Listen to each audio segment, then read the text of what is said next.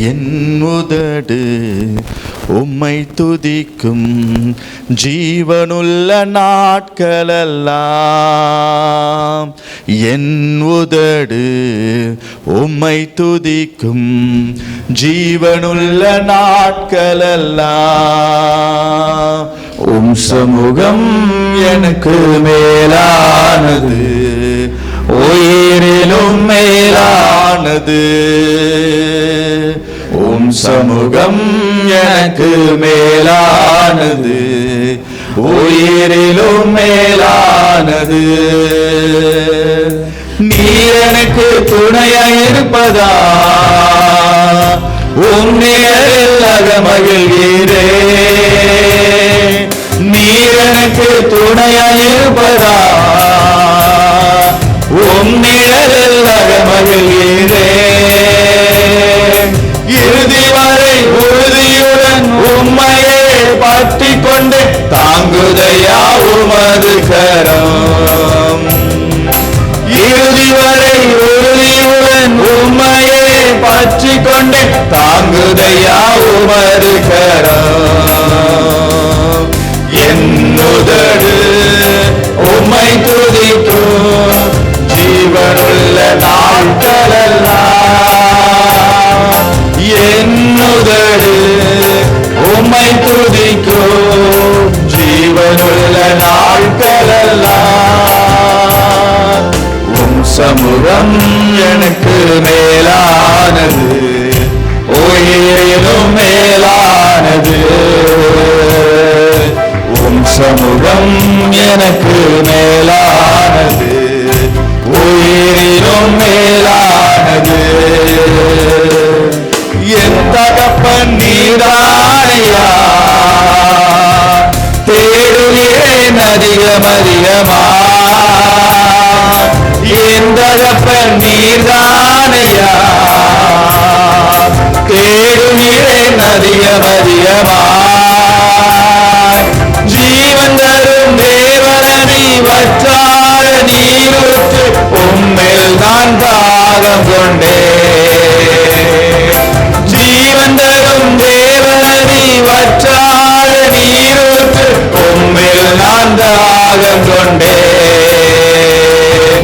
என் சமூகம் என் ஜீவனுள்ள நாட்களெல்லாம். என் உதடு உம்மை துதிக்கும் என் ஜீவனுள்ள நாட்களெல்லாம். உம் சமூகம் எனக்கு மேலானது, உயிரிலும் மேலானது.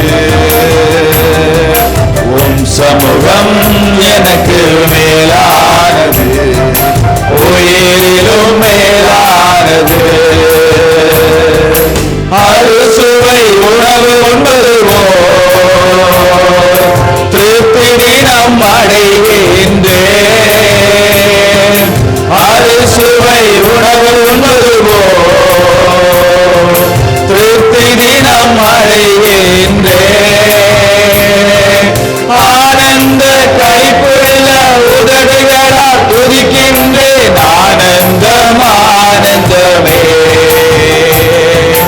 ஆனந்த களிப்புள்ள உதடுகளால் துதிக்கின்றேன், ஆனந்தம் ஆனந்தமே. என் உதடு உம்மை துதிக்கும் ஜீவனுள்ள நாட்களெல்லாம். என் உதடு உம்மை துதிக்கும் என் ஜீவனுள்ள நாட்களெல்லாம். உம் சமூகம் எனக்கு மேலானது, உயிரிலும் மேலானது. உம் சமூகம் எனக்கு மேலானது, உயிரிலும் மேலானது. எங்களால் அளவில்லாமல் நேசிக்கிற நன்பின் தகப்பனே, இந்த வேளையிலே உம்முடைய சமூகத்தை நோக்கி பார்க்கிறோம் ஆண்டவரே. அப்பா, உம்முடைய சத்தத்தை கேட்பதற்காக நாங்கள் ஒவ்வொருவரும் உடைய பாதத்தில் அமர்ந்திருக்கிறோம் ராஜா. ஆவியானவரே, நீர் எங்களோடு கூட இடைப்படும்படியா செபிக்கிறோம் ஆண்டவரே. அப்பா, இந்த நாளிலே எங்களை அழைத்து வந்த நோக்கம் இந்த நாளிலே நிறைவேறும்படியா உம்முடைய கரத்திரங்களை ஒப்பு கொடுத்து செபிக்கிறோம் ஆண்டவரே. அப்பா, அதுக்கு தடையாய் காணப்படுகிற எல்லா தடைகளை கர்த்தர் மாற்றி போடுவீராக இயேசுவின் நாமத்தினாலே.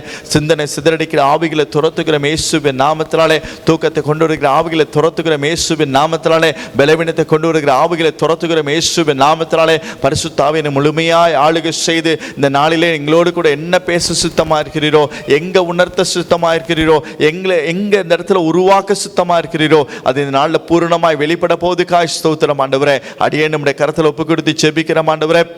அப்பா, என்னுடைய புத்தியில் தோன்றுகிற காரியங்களோ, என் எண்ணங்களை தோன்றுகிற காரியங்களோ, என் மனதில் தோன்றுகிற காரியங்களோ ஒன்று இந்த நாவிலிருந்து வெளிப்படாதபடி ஆவியானவர் என்ன பேச சுத்தமா இருக்கிறீரோ, என்ன உணர்த்த சுத்தமா இருக்கிறீரோ, அது மாத்திரம் வெளிப்படும்படியா நம்முடைய கரத்தில் நாங்கள் ஒப்பு கொடுத்து செபிக்கிற ஆண்டவரே. என்னுடைய குற்றங்கள் குறைகள் எல்லாவற்றையும் மன்னித்து கிருபையாய் இறங்கி இந்த இடத்துல எங்களோடு கூட பேசும்படியா நம்முடைய கரத்தங்களை ஒவ்வொருவரையும் சமர்ப்பித்து நாங்கள் செபிக்கிறோம் ஆண்டவரே. அப்பா, நீர் அப்படி செய்கிறதுக்காய் ஸ்தோத்திரம், அதை உறுதிப்படுத்துறதுக்காய் ஸ்தோத்திரம் ஆண்டவரே. நம்முடைய கரத்தில் அர்ப்பணிக்கிறோம் ஆண்டவரே.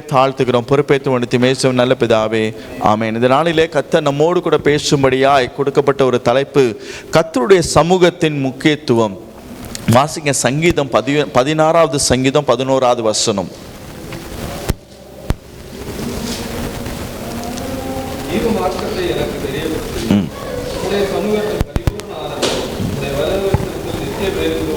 ஆமென். இந்த இடத்துல வாசிக்கிற ஒரு வார்த்தை இப்படியாக சொல்லுகிறது, உம்முடைய சமூகத்தில் பரிபூரண ஆனந்தம்.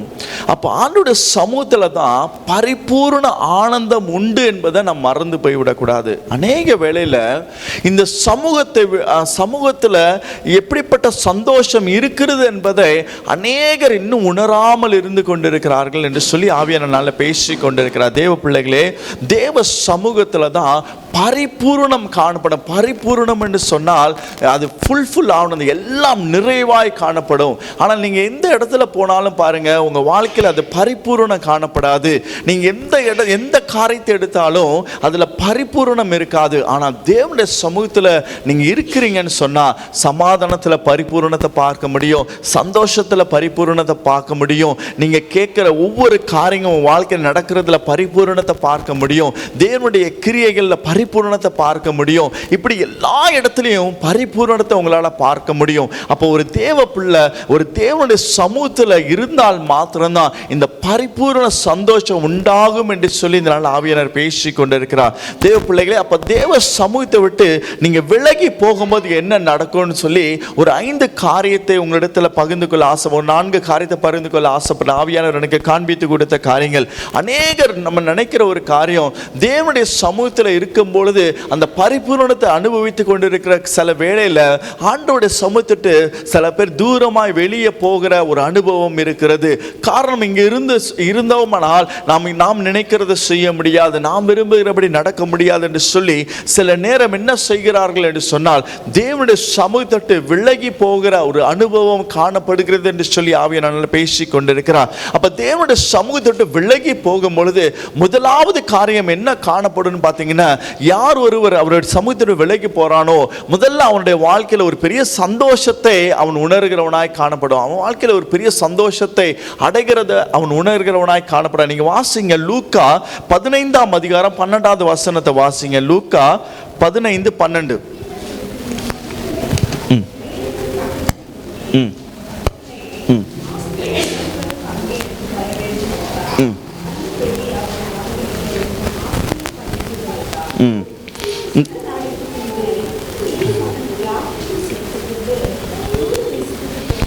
ஆமென். இந்த இடத்துல வாசிக்கிறோம், அவன் தகப்பனிடத்தில் அதை வாங்கினோடனே அவனுக்கு ஒரு பெரிய சந்தோஷம் உண்டானது. தேவ பிள்ளைகளே, அநேகர் செய்கிற ஒரு தவறு என்னன்னா, ஆரம்பம் எப்பயுமே நம்ம தேவனுடைய சமூகத்திற்கு விலகி போகும் பொழுது சத்ரு பல வழியில் நமக்கு அப்படிப்பட்ட வாய்ப்புகளை ஏற்படுத்தி கொடுக்கும் பொழுது, சில நண்பர்கள் வழியா இல்லை சில நபர்கள் சொல்லுகிற வார்த்தைகளை கேட்டு நீங்கள் இப்படி நீங்கள் செய்தீங்கன்னா உங்கள் வாழ்க்கையில் ஆசீர்வாதம் வரும், நீங்கள் இப்படி செய்தீங்கன்னா உங்கள் வாழ்க்கையில் நன்மைகள் உண்டாகும் என்று சொல்லி அநேக உலக மனுஷர்கள், தேவனை அறியாத ஜனங்கள் சொல்லுகிற வார்த்தையை கேட்டு அவங்க கடந்து வெளியே தேவனை விட்டு வெளியேறி போகும் பொழுது முதலாவது பார்த்தீங்கன்னா அவங்க காரியத்தில் ஒரு சந்தோஷத்தை அவங்க பார்ப்பாங்க. நம்ம அவங்க சொன்னது மாதிரி எல்லாம் நடக்கிறதே என்று சொல்லி ஒரு சந்தோஷத்தை அவங்க பார்க்க முடியும். தேவ பிள்ளைகளே, ஆரம்பம் எல்லாமே நல்லா தான் இருக்கும். தேவனுடைய சமூகத்தை விலகி போகும்பொழுது ஆரம்பத்தில் ரொம்ப சந்தோஷத்தை அவன் பார்க்க முடியும். அது மாத்திரமல்ல, ரெண்டாவது அவங்க வாழ்க்கையில பார்த்தீங்கன்னா தாங்க விரும்புகிறத செய்கிறவளாய் மாறிவிடுவார்கள். அதற்கு முன்பதாக பார்த்தீங்கன்னா ஒரு தேவனுடைய சமூகத்தில் இருக்கிற பிள்ளைகள் தான் விரும்புகிறதல்ல, கர்த்தர் என்ன செய்ய சொல்றாரோ, கர்த்தருடைய சித்தம் தான் என்னுடைய வாழ்க்கையில் நடைபெற வேண்டும் என்கிற எண்ணம் உள்ளவளாக இருந்திருப்பாங்க.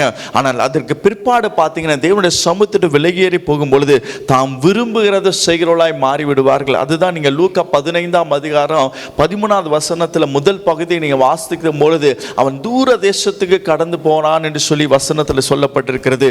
அவன் விரும்புகிற இடத்துக்கு போக ஆரம்பிச்சான். அது மாத்திரமல்ல, யோனாவுடைய வாழ்க்கையிலும் அப்படிதான் இருந்தது.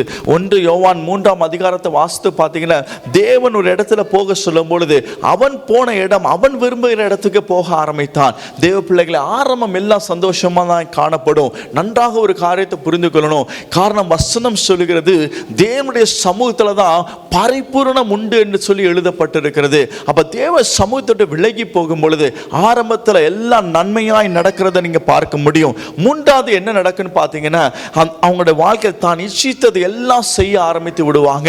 தன்னுடைய விருப்பத்தின்படி, இதுக்கு முன்பாக வேத வசனத்தின்படி பார்க்கும் பொழுது இதெல்லாம் தேவனுக்கு உகந்த காரியம் அல்ல, இதெல்லாம் பாவமான காரியம் என்று சொல்லி அதெல்லாம் செய்யாமல் இருந்த ஒரு பிள்ளைகள் தேவனுக்கு விலகி போகும் பொழுது தாங்கள் இச்சித்தபடியாய், தாங்கள் விரும்புகிறபடி எல்லா காரியத்தையும் செய்து நடந்து போகிறவர்களாய் காணப்படுவார்கள். அதுதான் அந்த லூக்கா 15ஆம் அதிகாரம் 13வது வசனத்துல 2ஆம் பகுதியில் பார்த்தீங்கன்னா அவன் துன்மார்க்கமாய் செலவு செய்து அவனுடைய ஆஸ்தியை அழித்து போகிறத பார்க்க முடியும். அது 4வது காரியம் என்ன நடக்கும்னு பார்த்தீங்கன்னா, இதெல்லாம் நடந்து கொண்டிருக்கும் பொழுது அவனுக்குள்ள உணர்வில்லாத இருதயமாய் மாறி போகிறத பார்க்க முடியும். ஒரு தேவனுடைய சமூகத்தில் இருக்கிற பிள்ளைகளுக்கு ஒரு பாவம் செய்த உடனே ஒரு உணர்வடையும். ஐயோ, நான் தேவனுக்கு விரோதமாய் பாவம் செய்துட்டேனே, என் தேவனுடைய சித்தத்திட்டு விலகி போயிட்டேனே என்று சொல்லி ஒரு உணர்வு அவனுக்குள்ள இருந்தது. ஆனால் ஒரு தேவ பிள்ளை தேவனுடைய சமூகத்திட்டு விலகி போயிட்டான்னு சொன்னா அவனுக்குள்ள உணர்வில்லாத இருதயமாய் மாறி போகிறத பார்க்க முடியும். தேவ பிள்ளைகளே, நீங்க ரொம்ப கவனமா இருக்கணும். தேவ சமூகத்தை விட்டு நீங்க விலகி போய் நாம் இப்படி எல்லாம் செய்தோம்னா நம்ம வாழ்க்கையில சந்தோஷமா இருக்கலாம் என்று சொல்லி நீங்க நினைத்து கொண்டு போனீங்கன்னு சொன்னா இதற்கு பிற்பாடு என்ன நடக்கும், இதோட முடிவு எப்படியாக இருக்குன்னு பார்த்தீங்கன்னா, முதல்ல அவங்க வாழ்க்கையில கொஞ்சம் கொஞ்சமாய் தங்களுடைய சந்தோஷத்தையும் தங்களுடைய ஆஸ்தியையும் இழக்க ஆரம்பிக்கிறத பார்க்க முடியும். நீங்க லூக்கா 15ஆம் அதிகாரம் 13-14 வாசித்து பார்த்தீங்கன்னா தெரியும். அவனுடைய வாழ்க்கையில் அவன் எல்லாவற்றையும் இழக்க ஆரம்பித்தான். அவன் இழந்து அவனுடைய சந்தோஷத்தை இழந்து போகிறத நீங்கள் பார்க்க முடியும். தேவ பிள்ளைகளே, ஆரம்பத்தில் சந்தோஷமா இருந்த காரியம் கொஞ்சம் கொஞ்சமாய் அவனுடைய வாழ்க்கையில் அந்த சந்தோஷத்தை இழந்து போகிறத பார்க்க முடியும். ரெண்டாவது, அவன் தனிமையாக்கப்படுகிறத நீங்கள் பார்க்க முடியும். எல்லாரும் அவனை விட்டு விலகி போய் ஒரு தனிமையில நின்று கொண்டிருக்கிறத பார்க்க முடியும். தேவ பிள்ளைகளே, அதான் இந்த லூக்கா 15ஆம் அதிகாரம் 15வது வசனத்தை நீங்க வாசித்து பார்த்தீங்கன்னா தெரியும். அவனை கூட இருந்த அநேகர் இருந்தாங்க. அதன் பிற்பாடு அவன் தனிமையாக்கப்பட்டான். எல்லாம் அவனை விட்டு கடந்து போனோனே எல்லாம் அவனை விட்டு போய் அவன் தனிமரமாய் நின்று கொண்டிருக்கிறத பார்க்க முடியும்.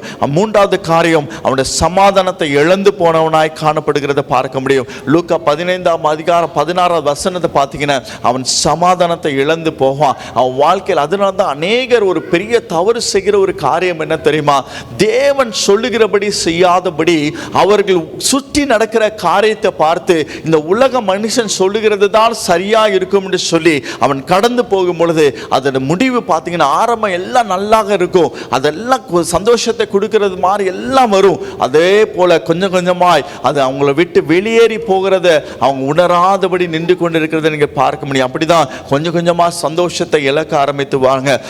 அங்க 4வது காரியம் பார்த்தீங்கன்னா அவங்க வாழ்க்கையில இருள் அவங்களை மூடிக்கொள்கிறத பார்க்க முடியும். எல்லா இடமும் அடைப்பட்டு ஒரு இருளான வாழ்க்கையாய் மாறி போகிறத பார்க்க முடியும். தேவ பிள்ளைகளே, அப்ப தேவ சமூகத்தில் இருக்கிற அந்த பரிபூரணத்தை இழந்தவர்களாய் மாறி போகிறத பார்க்க முடியும். தேவ பிள்ளைகளே, நீங்க ரொம்ப கவனமா இருக்கணும். எந்த சூழ்நிலை வந்தாலும் தேவ சித்தத்தை விட்டு நீங்க ஒரு நாள் விலகி போயிடக்கூடாது. எந்த மனுஷனுடைய வார்த்தைக்கும் கேட்டு நீங்க ஒரு நாள் செவி சாய்த்து தேவ சித்தத்தை விட்டு வெளியே போகாதபடி மிகுந்த கவனம் உள்ளவர்களாய் இருக்க வேண்டும் என்று சொல்லி ஆவியானவரால் பேசி கொண்டிருக்கிறார். தேவ பிள்ளைகளே, அநேகர் சொல்லும் பொழுது இந்த தேசத்துல பாத்தீங்கன்னா இனி நிறைய காரியங்கள் மாறிக்கொண்டிருக்கிறது. இனி இந்த இடத்துல நம்மளோட வேலைக்கு உத்தரவாதம் இல்லை, எந்நேரத்தில் வேணா வேலை போகும், அப்படியெல்லாம் நிறைய வார்த்தைகளை சொல்லுவார்கள். ஆனால் நீங்க ஒரு காரியத்தை புரிந்து கொள்ளணும். என் தேவன் என்னை அழைத்து கொண்டு வந்தது உண்மையானால் என்னுடைய வேலையும் அவர் பாதுகாக்க அவர் வல்லமை உள்ளவர் என்பதை நீங்க மறந்து போய்விடக்கூடாது. இதெல்லாம் அவர் நமக்கு தந்தது. அப்ப அவருடைய அனுமதி இல்லாம நம்ம வாழ்க்கையில ஒன்றும் நடக்காது என்பதில் நீங்க உறுதியா இருக்க வேண்டும் என்று சொல்லி ஆவியானவரால் பேசி கொண்டிருக்கிறார்.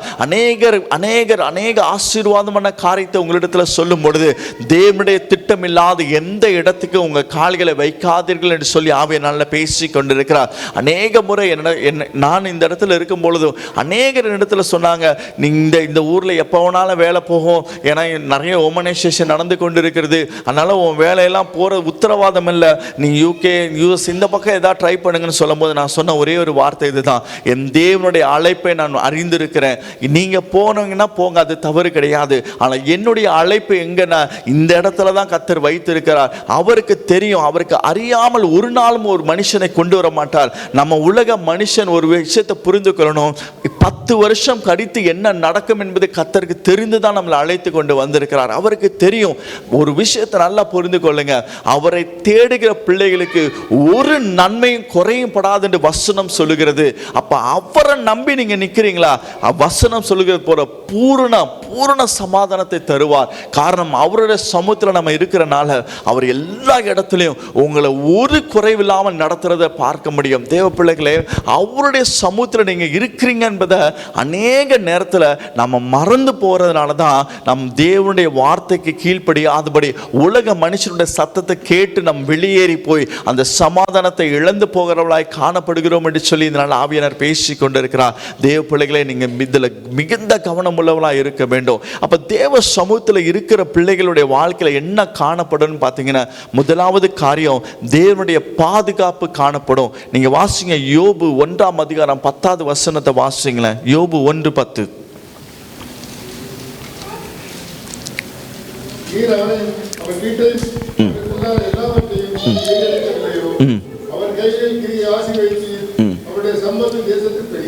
ஆமென். இந்த இடத்துல வாசிக்கிறோம், அவர் எப்படி அவரை பாதுகாத்தாராம், வேலி அடைத்து பாதுகாத்து கொண்டாராம். அப்ப யோசித்து பாருங்க, அப்ப நீங்க தேவனுடைய சமூகத்தில் இருக்கிறீங்கன்னா உங்களை எப்படி பாதுகாக்கிறார்னா வேலி அடைத்து பாதுகாத்துக் கொள்கிறார். உங்களுடைய கையின் பிரயாசத்தை எல்லாம் கர்த்தர் ஆசீர்வதிக்கிறத பார்க்க முடியும். நம் வேதத்தை வாசிக்கும் பொழுது மேலோட்டமாய் வாசித்துட்டு போறதுனால தான் அநேக வேளையில் இந்த உலக மனுஷருடைய சத்தத்துக்கு நீங்க செவி சாய்க்கிறீங்க. இந்த நாள் ஆவியானவர் சொல்லுகிறார், மகனே மகளே, நான் உன்னை அழைத்தது உண்மையானால், நான் உன்னை அழைத்து இந்த இடத்துல உட்கார வைத்தது உண்மையானால், நீ சுத்தி நடக்கிற எந்த காரியத்தையும் பார்க்காத, நான் உன்னை பாதுகாக்கிற தேவன் என்பதை நீ மறந்து போகாத என்று சொல்லி ஆவியானவர் பேசி கொண்டிருக்கிறார். அப்ப முதலாவது என்ன நடக்கும்னா, தேவனுடைய பாதுகாப்பு உங்க வாழ்க்கையில காணப்படும். எல்லா இடத்திலும் பல காரியங்கள் நடந்தாலும் உங்க வாழ்க்கையில அதை ஒன்றும் அனுமதிக்காதபடி கர்த்தர் உங்களை மறைத்து வைத்திருப்பார் என்று சொல்லி ஆவியானவரால் பேசி கொண்டிருக்கிறார். தேவ பிள்ளைகளே, நீங்க தேவனுடைய சமூகத்தில் இருந்தீங்கன்னா நீங்க அவருடைய மறைவிடத்தில் இருக்கிறீங்க என்பதை மறந்துடாதீங்க. சத்துருடைய கண்களுக்கு விலக்கி உங்களை பாதுகாக்கிறார் என்பதை மறந்து போய்விடக் கூடாது என்று சொல்லி ஆவியானவரால் பேசி கொண்டிருக்கிறார். அப்ப அவர் உங்களை எப்படி வைத்திருக்கிறார்னா அவருடைய பாதுகாப்புல உங்களை வைத்திருக்கிறார் என்பதை நீங்க மறந்து போய்விடக் கூடாது. அவர் தேவனுடைய சமூகத்தில் இருக்கிற பிள்ளைகளை கர்த்தர் பாதுகாக்கிறார் என்பதை இந்த நாளில் ஆவியானவர் உங்களோடும் என்னோடு கூட பேசி கொண்டிருக்கிறார். அப்ப நீங்க எந்த சூழ்நிலை கொண்டு சோர்ந்து போகாதபடி, பயப்படாதபடி நீங்க சொல்லுங்க, என்னோடு கூட கர்த்தர் இருக்கிறார். இந்த காரியமோ, இந்த வருகிற காரியமோ, எனக்கு விரோதமாய் நடக்கிற காரியமோ, அது ஒன்றுமே என்னை மேற்கொள்ளாது. காரணம் அவர் என்னோடு கூட இருக்கிறார். அவருடைய கரம் என்னோடு கூட இருக்கிறது. அவருடைய பிரசனம் என்னோடு கூட இருக்கிறது. நான் அவருடைய சமூகத்தில் இருக்கிறேன். ஒரு நாளும் எனக்கு ஒரு தீங்கு வராது என்று சொல்லி விசுவாச அறிக்கை செய்கிறவர்களாக இருக்க வேண்டும் என்று சொல்லி ஆவியானவரால் பேசி கொண்டிருக்கிறார். இரண்டாவது காரியம் என்ன தெரியுமா? பூர்ண சமாதானம் உங்க வாழ்க்கையில காணப்படும். வாசிங்க, ஏசாயா 26ஆம் அதிகாரம் 3வது வசனத்தை வாசிங்க. ஏசாயா 26:3.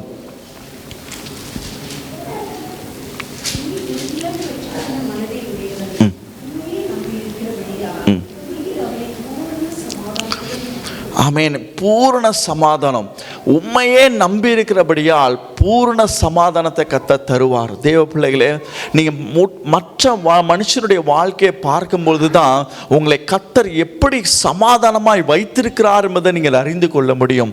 அநேக வேளையில் நாம் இதை உணராதவர்களாய் நின்று கொண்டிருக்கிறோம். நீங்கள் எல்லாரையும் வெளி தோற்றமாய் பார்த்து கொண்டிருக்கிறீங்க.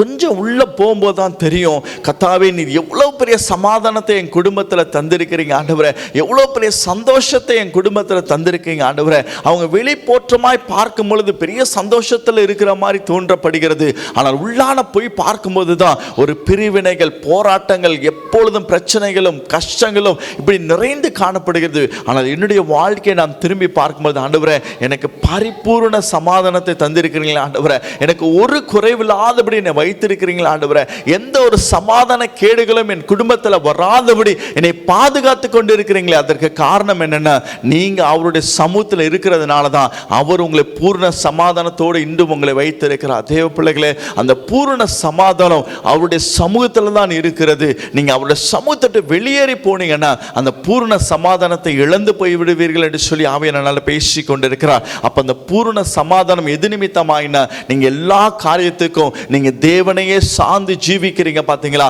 அவருடைய சமூகம் மாத்திரம் எனக்கு போதும் ஆண்டவரே, நீர் தருகிறது மாத்திரம் எனக்கு போதும் என்கிற அந்த மனதுடையவர்களாய் நீங்கள் இருக்கிறீங்க பாத்தீங்களா.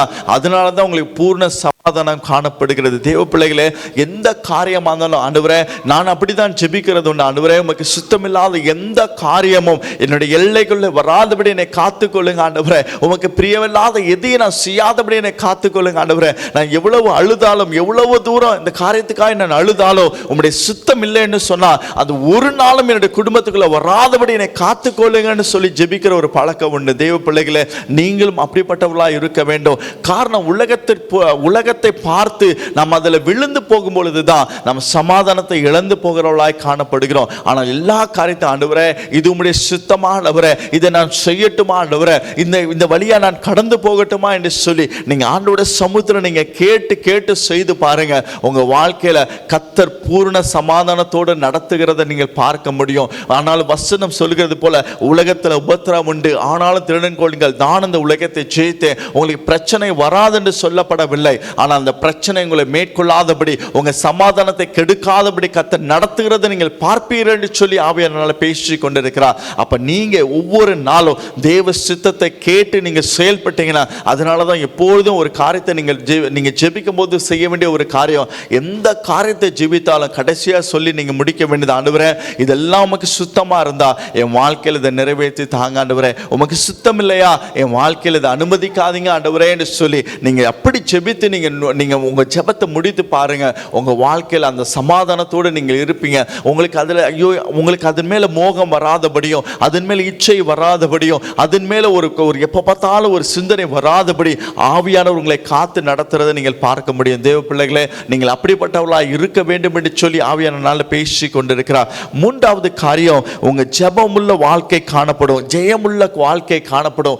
ஏன் ஜெயமுள்ள வாழ்க்கை காணப்படும் என்று சொல்லி பார்த்தீங்கன்னா, நீங்க எல்லா காரியத்துக்கும் நீங்க தேவனுடைய சமூகத்தை நாடுகிறனால நீங்க எல்லாவற்றிலும் ஜெயமுள்ளவர்களாய் காணப்படுவீர்கள். நீங்க யாத்திராகமம் 33ஆம் அதிகாரம் 15வது வசனத்தை நீங்க வாசித்து பார்க்கும் பொழுது அங்க மோசே சொல்லுகிற ஒரு வார்த்தை உண்டு.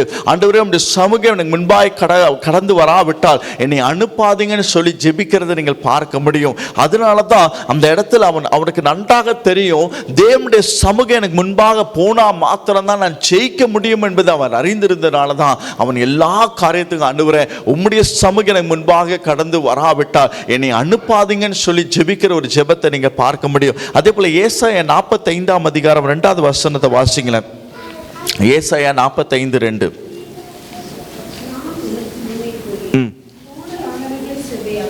ஆமேன். இந்த இடத்துல வாசிக்கிறோமே, நான் உனக்கு முன்பாக போய் கோணலானவைகளை செவையாக்குவேன். அப்ப தேவனுடைய சமூகம் தான் கோணலான பாதைகளை செவையாக்கி தரும் என்பதை நீங்க மறந்து போய்விடக்கூடாது.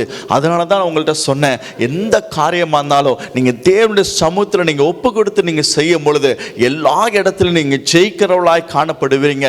எந்த இடத்துல நீங்க தோல்வியை காண மாட்டீங்க, எந்த இடத்துல நீங்க இழந்து போக மாட்டீங்க. காரணம், தேவனுடைய சத்தத்துக்கு செவி சாய்த்து தேவன் தேவன் காண்பிக்கிறபடியாக உங்களை கால்களை எடுத்து வைத்தது நிமித்தமாய், கர்த்தர் உங்களை வழிநடத்துகிற பாதையில நீங்க கடந்து போகிறது நிமித்தமாய், நீங்க எல்லா இடத்துலையும் நீங்க ஜெயம் பெற்று நடக்கிறத பார்க்க முடியும். தேவ பிள்ளைகளே, நம்ம அநேக இடத்துல நம்ம தோற்கும் போது நாம் திரும்பி பார்க்க வேண்டிய ஒரு காரியம், என் தேவன் சித்தத்தின்படி நான் நடக்கிறேனா என்பதை நாம் திரும்பி பார்க்க வேண்டும். தேவனுடைய சமூகத்தில் போய் விசாரிக்கணும். நீங்க வேதத்தில் எடுத்து பார்த்தீங்கன்னா யோசுவா அந்த இடத்துல அந்த ஆயி பட்டணத்தில் தோர்த்த உடனே அவன் போய் விசாரிக்கிறான், ஆண்டவரே இது ஏன் நடந்தது, இது ஏன் நடந்தது என்று சொல்லி விசாரிக்கிறான். தேவ பிள்ளைகளை, நம்முடைய வாழ்க்கையிலும் நம்ம விசாரிக்கணும். ஆண்டவரே இது நடப்பதற்கு நான் என்ன தவறு செய்த ஆண்டவரே, எந்த இடத்துல நான் உம்மை விட்டு விலகி போயிட்டேன் ஆண்டவரே, எந்த இடத்துல நான் உம்மை துக்கப்படுத்திட்டு ஆண்டவரே எனக்கு காண்பித்து கொடுங்கப்பா, நான் சரி செய்ய நான் இந்த ஆயத்தமா இருக்கேன்ப்பா, என்னை ஒப்பு கொடுக்க நான் ஆயத்தமா இருக்கேன் ஆண்டவரே, எனக்கு கிருபை தாங்கன்னு சொல்லி நீங்க ஆண்டோட சமூகத்தில் நீங்க வந்தீங்கன்னா நீங்க ஜெயமுள்ள ஒரு வாழ்க்கையை வாழ்வீர்கள் என்று சொல்லி ஆவியானவரால் பேசி கொண்டிருக்கிறார். நீங்க எந்த இடத்துலையும் தோல்வியை பார்க்க மாட்டீங்க, எந்த இடத்துலையும் இழப்பை பார்க்க மாட்டீங்க. காரணம், தேவனுடைய சத்தத்துக்கு நீங்க கீழ்ப்படிந்து நீங்க கடந்து போகும் பொழுது எல்லா இடத்துலையும் உங்களை ஜெயத்தை கொடுத்து கர்த்தர் நடத்துறதை பார்க்க முடியும். அதனாலதான் தாவீது ஒவ்வொரு இடத்துலையும் கர்த்தரிடத்தில் விசாரிக்கிறான், ஆண்டவரே இந்த இடத்துக்கு நான் போகட்டுமா, இது எனக்கு தருவீரா, இதுல நான் ஜெயம் பெறுவனா என்று சொல்லி அவன் ஒவ்வொரு காரியத்தை அவன் கேட்டு நடந்ததுனாலதான் தேவனுடைய வார்த்தை சொல்லுகிறது. தாவீதை குறித்து சொல்லும், அவன் என் இருதயத்துக்கு ஏற்றவன் என்று சொல்லுகிறார். அவன் எப்பொழுதும் அவன் இருதய கர்த்தர் ஒரு சாட்சி கொடுக்கிறார் பாருங்க, என் இருதயத்துக்கு ஏற்றவன் என்று சொல்லி. அப்ப அவன் எந்த அளவுக்கு எல்லா காரியத்தையும் ஆண்டோட சமூகத்தில் விசாரித்திருப்பான்னு சொல்லி யோசித்து பாருங்க. அதனாலதான் அவன் எல்லா இடத்திலும் ஜெயம் பெறும்படியாய் கர்த்தர் அவனுக்கு அனுகிரகம் செய்தார். நீங்களும் அப்படிப்பட்டவர்களாய் இருக்க வேண்டும் என்பதற்காக தான் இந்த நாள் ஆவியானவர் உங்களோடு என்னோடு கூட பேசி கொண்டிருக்கிறார். அப்ப நீங்க தேவ சமூகத்தில் நீங்க இருந்தீங்கன்னு சொன்னா எல்லா இடத்துல நீங்க ஜெயம் பெற்று நடப்பீங்க. உங்களுடைய நாவல் எல்லாவற்றும் தேவ சித்தம் என் வாழ்க்கையில் நடந்தா போதும், தேவன் வழி நடத்துகிற பாதையில நான் போனா போதும் என்கிற அந்த இருதயம் உள்ளவர்களாய் நீங்கள் மாறுவீர்கள் என்று சொல்லி ஆவியானவரால் பேசி கொண்டிருக்கிறார். நான்காவது காரியம், நீங்க தேவ சமூகத்தில் இருந்தீங்கன்னா அனுதினம் அவருடைய மன்னாவிலால நீங்க போஷிக்கப்படுவீங்க. தேவ பிள்ளைகளே, நீங்க தேவ சமூகத்தில் இருந்தால் தான் இந்த தேவனுடைய வார்த்தை என்கிற மன்னாவை அனுதினமும் புசித்து திருப்தி ஆகி நடக்கிறத நீங்கள் பார்க்க முடியும். இந்த தேவனுடைய மன்னாவினால நீங்கள் திருப்தி ஆகும் பொழுது என்ன நடக்கும் தெரியுமா? ஒவ்வொரு நாளும் ஆவியில வளர்கிறவளாய் நீங்கள் மாறுவீங்க. நீங்க சின்ன பிள்ளை போல இராதபடி, பால் குடிக்கிற குழந்தையை போல இராதபடி, கட்டியுள்ள ஆகாரம் நீங்கள் சாப்பிடத்தக்கதான பலனுள்ளவளாய் நீங்கள் மாறுவீர்கள் என்று சொல்லி ஆவியானவரால் பேசி கொண்டிருக்கிறார். அப்ப நீங்க தேவ சமூகத்தில் இருந்தீங்கன்னு சொன்னா நீங்க அனுதினமும் இந்த வேத வசனம் என்கிற மன்னாவை அனுதினமும் புசிக்க வைத்து அந்த வார்த்தையின் ஆழங்களை உங்களுக்கு கற்றுக் கொடுத்து இந்த வசனத்தில் இருக்கிற மறைவானதெல்லாம் உங்களுக்கு சொல்லி கொடுத்து உங்களை இன்னும் தேவனை அறிகிற அறிவில் வளரும்படியாக செய்கிற காரியத்தை நீங்கள் பார்க்க முடியும். அப்ப இப்படிப்பட்ட காரியம் யாருக்கு கிடைக்கணும் பார்த்தீங்கன்னா தேவ சமூகத்தில் காத்திருக்கிற பிள்ளைகளுக்கு தான் இதை பெற்றுக்கொள்ள முடியும் என்று சொல்லி ஆவியானவரால் பேசி கொண்டிருக்கிறார். தேவ பிள்ளைகளே, அப்ப தேவ சமூகத்தில் இப்படிப்பட்ட 4 ஆசீர்வாதத்தை கர்த்தர் வைத்திருக்கிறார் என்று சொல்லி ஆவியானவரால் பேசி கொண்டிருக்கிறார். அப்ப இந்த நாட்களில் உங்களுடைய வாழ்க்கையை நீங்க திரும்பி பாருங்க. நான் தேவனுடைய சமூகத்தில் நின்று கொண்டிருக்கிறேனா, இல்லை இந்த உலக மனுஷனுடைய சத்தத்துக்கு நான் செவி சாய்த்து, உலக மனுஷனுடைய வார்த்தைக்கு நான் செவி சாய்த்து, உலக மனுஷன் சொல்லுகிறபடி என்னுடைய நடத்தையை நடந்து கொண்டிருந்தனா என்று சொல்லி உங்களை திருப்பி பார்த்து இந்த நாட்களில் ஆவியானவர் இதெல்லாம் பேசுகிறதுக்கு காரணம் என்னன்னு கேட்டீங்கன்னா, உங்களையும் என்னையும் அதிகமாய் நேசிக்கிறதுனால தான் ஆண்டவர் இப்படிப்பட்ட வார்த்தைகளை கொண்டு உங்களோடும் என்னோடு கூட பேசி கொண்டிருக்கிறார். காரணம், அவருடைய ஒரே நோக்கம், என் பிள்ளை என்னுடைய சமூகத்தில் இருக்கணும், என் பிள்ளை என்னோட சமூகத்தில் இருக்கணும். பாருங்க, நீங்க அந்த லூக்கா அந்த அதிகாரத்தில் நீங்க வாசித்து பார்த்தீங்கன்னா, அந்த 15ஆம் அதிகாரத்தில் நீங்க வாசித்து பார்க்கும்பொழுது அந்த மகன் திருப்பி வரும்பொழுது பாருங்க, அவன் இழந்தது எல்லாவற்றையும் இரட்டைத்தனையாய் இழந்த எல்லாவற்றையும் அவன் தகப்பன் மறுபடியும் கொடுத்ததை நீங்க பார்க்க முடியும். தேவ பிள்ளைகளே, நீங்க ஆண்டவர் ஒவ்வொரு காரியமும் நமக்கு சொல்லுகிறது காரணம் எது தெரியுமா?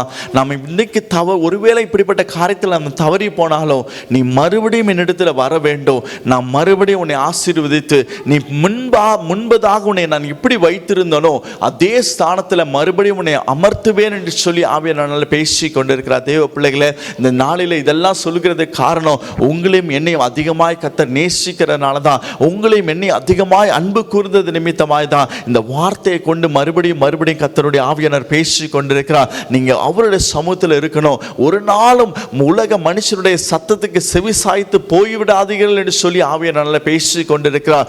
ஒரு நாளும் இவங்க இப்படி செஞ்சீங்கன்னா உங்களுக்கு தருவாங்க, இப்படி செஞ்சீங்கன்னா நீங்க ஆசீர்வாதமா இருப்பாங்கன்னு சொல்லும் பொழுதெல்லாம் அதுக்கு ஒன்றுக்கு நீங்க செவி சாய்க்காதபடி ஆண்டவருடைய சித்தத்தின்படியா நடப்பேன், அவர் எனக்கு என்ன வைத்திருக்கிறார் அது எனக்கு போதும் என்கிற மனதுடையவர்களாய் நீங்க ஜீவிக்க வேண்டும் என்று சொல்லி ஆவியானவர் பேசி கொண்டிருக்கிறார். நீங்க ஒரு காரியத்தை புரிந்து கொள்ளுங்க, எந்த மனுஷனையும் நீங்க பிரியப்படுத்துற மாதிரி ஒரு நாளும் வாழாதீங்க.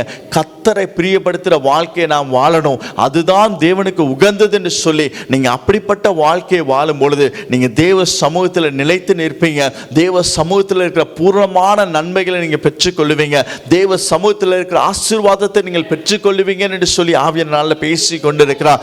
தேவ பிள்ளைகளே, இந்த உலகத்தில் நாம் ஜெயிக்க வேண்டுமானால், உலகத்தில் எல்லாவற்றிலும் நான் தோல்வியை காணாதபடி நடக்க வேண்டுமானால் நாம் தேவ சமூகத்தில் காத்திருக்கிறவர்களாக இருக்க வேண்டும். தேவ சமூகத்தை விலகி போகாதபடி நாம் இருக்க வேண்டும் என்று சொல்லி ஆவியானவர் பேசி கொண்டிருக்கிறார். இந்த இன்னைக்கு இருக்கிற உலகத்தில் அநேக தவறான காரியங்கள் நிறைய காணப்படுகிறது, அநேக உபதேசங்கள் நிறைய காணப்படுகிறது. ஆனால் இதுக்கெல்லாம் இடம் கொடுக்காதபடி ஆண்டோட சமூகத்தில் ஆவியானவர் உங்களுக்கு காண்பித்து கொடுக்கிறபடியா, ஆவியானவர் உங்களை நடத்துகிறபடியா, ஆவியானவர் உங்களை சொல்லுகிறபடியா நீங்கள் ஒவ்வொரு காரியத்திலும் ஞானமாய் நடக்க வேண்டும் என்று சொல்லி ஆவியானவர் பேசி கொண்டிருக்கிறார். தேவ பிள்ளைகளே, அப்ப அவருடைய சமூகத்தில் நீங்க இருந்தீங்கன்னு சொன்னா நீங்க பூர்ண சமாதானத்தை பெற்றுக்கொள்வீர்கள் என்று சொல்லி ஆவியானவர் பேசி கொண்டிருக்கிறார். தேவ பிள்ளைகளே, அப்ப நீங்க அவருடைய சமூகத்தில் இருந்தீங்கன்னா அவருடைய பாதுகாப்பு உங்களுக்கு காணப்படும், அவருக்குள்ள பூர்ண சமாதானம் காணப்படும். நீங்க எந்த இடத்துல தோல்வியை காணாதபடி நீங்க நடப்பீங்க. அது மாத்திரமல்ல, இது எல்லாவற்றையும் காட்டிலும் பரிசுத்த மன்னாவினால அனுதினமும் நீங்கள் புசிக்கிறவர்களாய் திருப்தியாய் நடக்கிற பிள்ளைகளாய் நீங்கள் மாறுவீங்க. இந்த தேவ வசனம் என்கிற மன்னாவை நீங்க புசித்தீங்கன்னு சொன்னா நீங்க எந்த இடத்துலையும் சோர்ந்து போக மாட்டீங்க.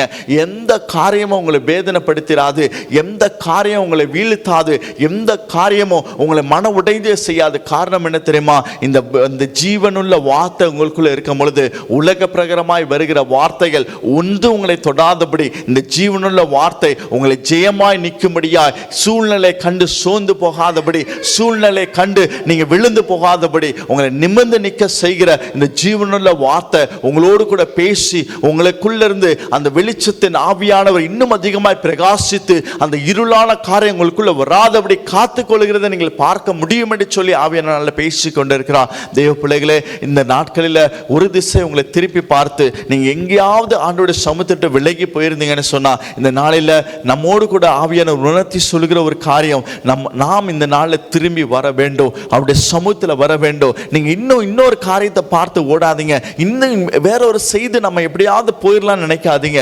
எதுவும் வேண்டாம், எல்லாவற்றையும் விட்டு விட்டு ஆண்டோட சமூகத்தில் வந்து சொல்லுங்க, ஆண்டவரே உம்முடைய சுத்தம் என்ன ஆண்டவரே, நான் இப்போ என்ன செய்யணும் ஆண்டவரே, அப்பா நான் என்ன செய்யணும் ஆண்டவரே, நான் உம்முடைய சமூகத்தில் வந்துட்டு ஆண்டவரே, அப்பா என்னை இதிலிருந்து என்னை விடுவீங்க ஆண்டவரே, என்னை காப்பாத்துங்க, என்னை உதவி செய்யுங்கன்னு சொல்லி நீங்க ஆண்டோட சமூகத்தில் வராதபடி உலகத்தை பார்த்து போகாமல் இருங்கள் என்று சொல்லி ஆவியானவரால் பேசி கொண்டிருக்கிறார். நீங்க தேவ சமூகத்தில் வந்து அமர்ந்து கொள்ளுங்க.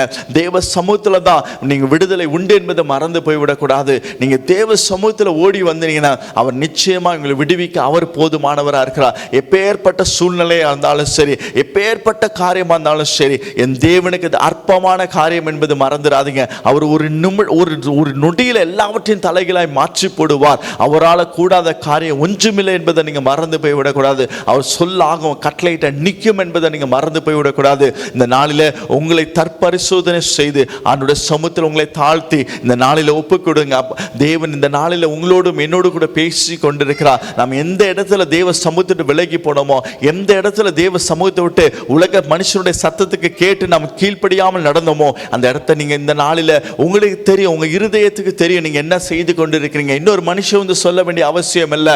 உங்களுக்கு நன்றாக தெரியும் நான் எங்க தவறி போனேன், எந்த இடத்துல நாம் தேவனை பிரியப்படுத்தாமல், நாம் தேவனுடைய வார்த்தைக்கு கீழ்ப்படியாமல் மனுஷ சத்தத்தை கேட்டு நாம் போனேன் என்பது உங்களுக்கு நன்றாக தெரியும். அந்த இடத்துல இந்த நாளில் ஆண்டவரோட சமூகத்தில் ஒப்புக்கிடுங்க. ஆண்டவரே, நான் அந்த இடத்துல தவறு செய்துட்டேன்ப்பா, இந்த இடத்துல நான் பின்மாற்றம் அடைஞ்சிட்டேன் ஆண்டவரே, உலக மனுஷனுடைய சத்தத்தை கேட்டு நான் சில தவறான காரியத்தை செய்துட்டேன் ஆண்டவரே, இந்த நன்மைக்கு வரும் என்று சொல்லி சொல்லி இப்படிப்பட்ட காரியத்தை நான் செய்துட்டு ஆண்டவரே இந்த நாளில் உங்களுடைய கருத்தில் ஒப்பு கொடுக்குறேன்ப்பா, என்னை முற்றிலுமாய் சமர்ப்பிக்கிறேன்னு சொல்லி நீங்கள் உங்கள் கண்களை மூடி ஆண்டோட சமூகத்தில் ஒப்பு கொடுங்க.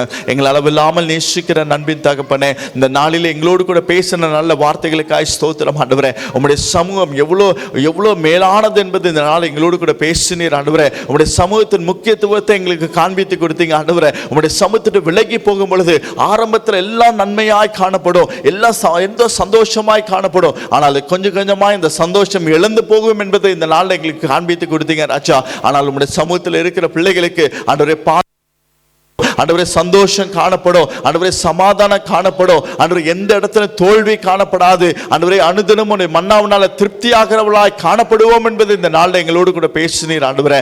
அப்பா நீர் அப்படியாக ஒவ்வொரு பிள்ளைகளுடைய வாழ்க்கையில் நீ செய்கிறதுக்காய் ஸ்தோத்திரம் ஆண்டவரே. இந்த பிள்ளைகளை அழைத்து வந்து இந்த வார்த்தை கிருபியா இந்த பிள்ளைகளுக்கு கொடுத்திரே உமக்கு ஸ்தோத்திரம் ஆண்டவரே. இந்த வார்த்தைகளுடைய இருதயத்தில் ஆண்டவரே தைக்கப்பட்டவர்களாய் ஆண்டவரே இது 20, 30, 60 பலன் கொடுக்கும்படியா கர்த்தர் ஆசீர்வதிக்கும்படியா செபிக்கிறோம் ஆண்டவரே. அந்த ஆசீர்வாதத்தை இந்த பிள்ளைகள் ஒவ்வொருவரும் பெற்றுக்கொள்ள கர்த்தர் உதவி செய்வீராகப்பா ஆண்டவரே. நீர் அப்படி செய்கிறதுக்காய் ஸ்தோத்திரம், அதை உறுதிப்படுத்துறதுக்காய் ஸ்தோத்திரம் ஆண்டவரே. இந்த வாரம் முழுவதுமா இந்த ரத்த கொட்டைகளிலிருந்து பாதுகாத்துக் கொள்ளுங்க, எல்லா தீமைக்கு விலக்கி பாதுகாத்துக் கொள்ளுங்க, ஞானமாய் நடக்க கர்த்தர் உதவி செய்யுங்க. வேலை செய்யற இடத்துல எந்த ஒரு ஆபத்திலும் தீங்கு வராதபடி பாதுகாத்துக் கொள்ளுங்க. வேலையில ஆண்டவரே அதிகாரியோட கண்ணிலிருந்து தயவு எடுக்க கர்த்தர் உதவி செய்யுங்கப்பா. அதே போல தேவையில்லாத செலவுகள், அனாவசியமான செலவு, வீணான செலவுகள் ஒன்று வராதபடி இயேசுவின் ரத்தத்தால் முத்திரைத்து பாதுகாத்துக் கொள்ளும்படியா செபிக்கிறோம் ஆண்டவரே.